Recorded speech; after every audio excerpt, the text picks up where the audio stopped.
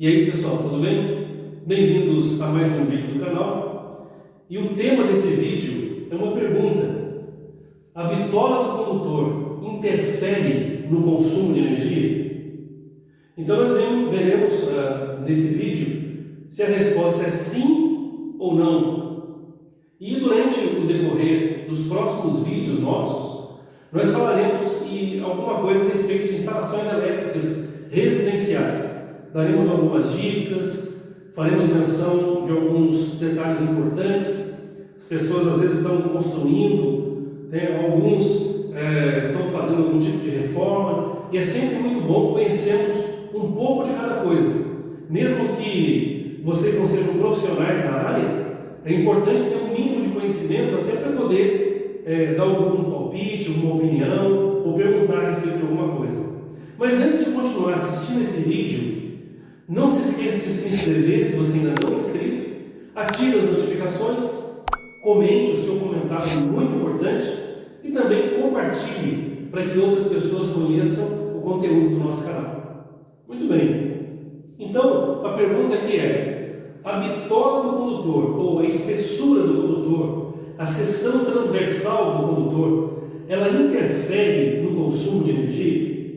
Então a resposta aqui é sim e não. Quando é não? Quando acontece o seguinte, olha, não quando ocorre a seguinte situação: quando eu tenho um circuito em que a potência desse circuito é uma potência, vamos arredondar o valor aqui, de 1270 VA, 1270 volt-ampere. Para um circuito residencial, o VA é praticamente igual ao watt. Tá? Então, se eu tenho uma potência de 1270 VA e esse circuito ele é alimentado por uma tensão de 127 volts, dividindo a potência pela tensão, nós teremos aqui uma corrente no circuito de 10 amperes. Bom, se eu tenho no circuito uma corrente de 10 amperes, se nós olharmos na tabela dos condutores, nós veremos que um condutor para uma corrente de 10 amperes é suficiente um condutor de 1,5 milímetros quadrados. Esse condutor aqui, ele suporta uma corrente de, arredondando aqui, até 15 amperes mais ou menos.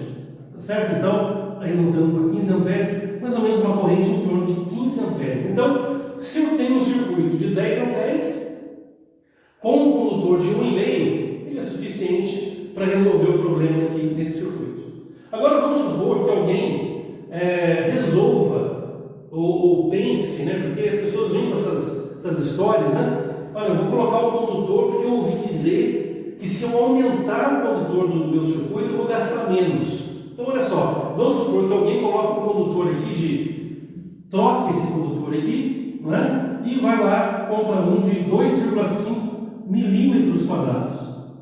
Bom, o que muda para esse circuito? A única coisa que muda é que o cara gastou mais. Ele gastou uma fiação, então ele podia ter usado uma fiação de 1,5 milímetros, que resolveria o problema, porque a corrente é 10 amperes. Ele comprou um condutor de 2,5 para continuar passando os mesmos 10 amperes. Então, olha só, mal comparando para aqueles que são leigos aqui, se você tem uma casa e você faz uma garagem, por exemplo, para caber 2 caminhonetes, mas você só tem um carro e não pretende ter outro futuramente. Então você vai lá, faz uma garagem para 2 caminhonetes enormes, sendo que você tem um carro pequeno. Então é desnecessário, porque ali naquela garagem cabem as 2 caminhonetes, beleza, mas o carro pequeno é suficiente, uma garagem menor. Então é a mesma coisa com relação aqui ao condutor. Tá? Se a gente tem um circuito em que a corrente é 10 amperes, um condutor de 1,5 é mais do que suficiente, é tranquilo. Ele suporta até 15 amperes, então você está seguro. Isso não vai interferir em nada. Se você mudar o valor do condutor, o tamanho do condutor, isso não vai diminuir a quantidade de energia que você gasta. Isso aí É uma coisa assim absurda, né? E quando é que a bitola do condutor, então, ela interfere? Quando é que é sim? Sim, ela interfere. Quando acontece uma situação contrária. Então, vamos supor aqui, eu vou colocar um valor de corrente, vamos ter um valor de potência aqui do circuito, vamos supor que eu tenho um circuito em que a potência dele está exagerada aqui, 3.810 VA. 3.810 watts, por exemplo, tá certo? Então, a tensão é 127 volts, um circuito monofásico, né? Então, eu tenho 127 volts. A corrente calculada aqui, olha, se a gente calcular 3.810 por 127, eu vou ter uma corrente aqui de 30 amperes. 30 amperes. Bom, aí o cara tem a corrente de 30 amperes. Aí ele vai lá e faz o seguinte, ele coloca um condutor de 2,5 milímetros quadrados. Só que o condutor de 2,5 milímetros quadrados, ele suporta uma corrente, ele conduz uma corrente bem, mais ou menos no máximo até 25 amperes, 24,9 amperes, de 21 a 24 amperes, certo? Então, ele suporta bem uma corrente até 24 amperes, dependendo da especificação. Agora, se eu tenho uma corrente de 30 amperes, para um condutor, vamos arredondar aqui, que suporta até mais ou menos 24 amperes, então eu estou colocando uma corrente excessiva num condutor que suporta menos. Então, o que vai acontecer? Vai queimar o condutor? De imediato, não. Eu tenho um disjuntor lá, vamos supor que o disjuntor esteja até dimensionado corretamente com relação à carga. Lembrando que o disjuntor, ele deve proteger o condutor e não a carga. Isso a gente vai falar em outros vídeos. Então, vamos supor que eu tenho um disjuntor que protege a minha carga para uma corrente de 30 amperes, mas o meu condutor não está preparado. O meu condutor ele suporta menos. No decorrer do tempo, o que vai acontecer? Esse condutor que suporta uma corrente menor, ele vai começar a aquecer. E esse aquecimento gera uma dissipação de energia, uma dissipação de potência por efeito Joule. Então, o aquecimento causa um desprendimento, uma perda de potência. Então, o que acontece?